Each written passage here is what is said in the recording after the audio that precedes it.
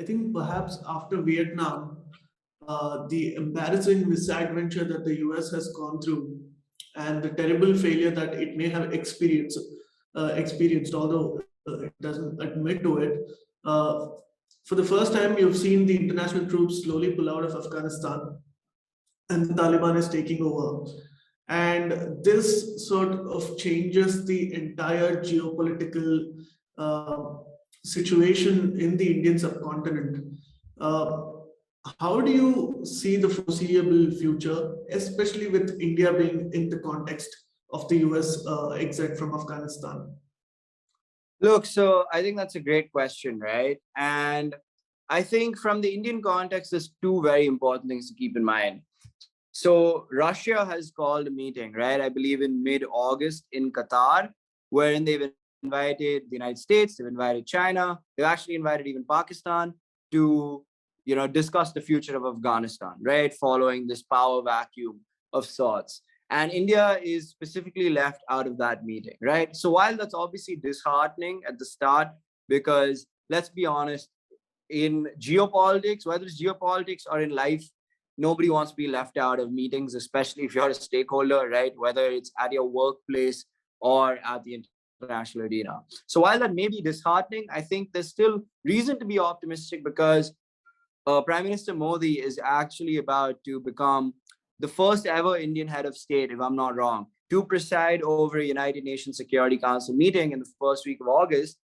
And the resolution that the United Nations Security Council seeks to resolve under, Modi presiding the session is the situation in Afghanistan. So India, by definition, is going to have a serious seat at the table even before, the United States, Russia, Pakistan all convene in Qatar. So while the fact that we're not invited by Russia is a bit disheartening, the fact that Prime Minister Modi is going to be our first ever head of state to preside over the Security Council meeting about Afghanistan should also, counterbalance that discouragement and should inspire some amount of pride and optimism that, okay, we're not going to be completely left blindsided whatever happens in Afghanistan, right? You can assume that if they're discussing it in a meeting that our prime minister is presiding over.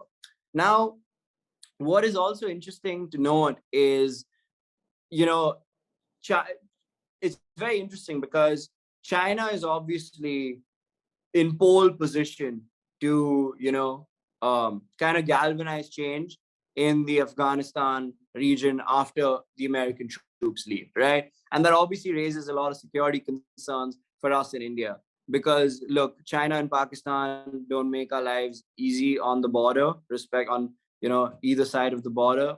And now if we have Afghanistan out west, it's kind of like one more potential hostile regime, right? It's kind of something we need to watch out for. So I think this should hopefully inspire all people here in India that look, regardless of what your domestic politics may be, right? Regardless of who you vote for in the Lok Sabha elections, if you are not going to, be united in a time of serious foreign policy, right, where serious foreign policy is required, where we're going to be surrounded by a bunch of hostile actors, then that's just flat out disappointing. Because whether or not you agree with, the current government's position on, say, a tax rate or healthcare or any of these things, right? We all collectively have to come together as Indians when it comes to national security. I don't think there's any, even though I run a podcast called A Whole Lot of Gray, I don't think there's any gray area in this situation. I feel like it is not a black or white one to say, or it's rather, it is a very black or white one to say, listen, if you don't have our national security interests at heart, that is flat out shocking. So like I said, we have one reason to kind of be a bit pessimistic because we're not invited by Russia. We have a reason to be optimistic because Prime Minister Modi is presiding over this Security Council session.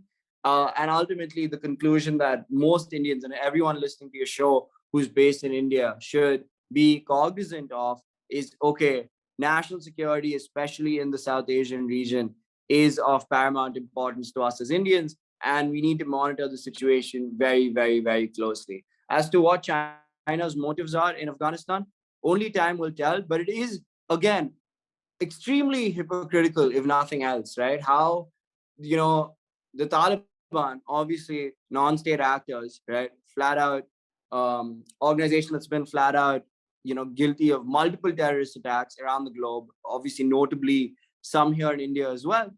They claim to, have the best interests of Islam and all these Muslims at heart. But I find it a bit amusing how they're willing to do business with China. They're willing to play ball with China, even though China, on the record, has tens of millions of Uyghur Muslims locked up in concentration camps, right? And yeah, so ultimately, I think it's just an example that, ultimately, if you have a strategic interest to provide somebody, everything else goes out the window. So I hope people are aware of this and actually call out the smoke screen for what it is, that we shouldn't let China's and the Taliban's rhetoric get to us, because they're in bed with each other despite China locking up innocent Muslims, right? And being in bed with a violent Muslim non-state organization, right? Or rather a violent non-state organization that claims to have the best interest of Muslims around the world at heart. So I think people should not forget this double standard, make good note of it, especially here in India, and recognize that, okay, we need maybe some extra eyes on deck as it comes to our national security situation. And only time will tell what China's true motives are. Please remember to subscribe to us and switch on the notifications for this channel. For our other social media links, more content, and to support our work, please visit citti.net. Dhanyavad. Namaskar.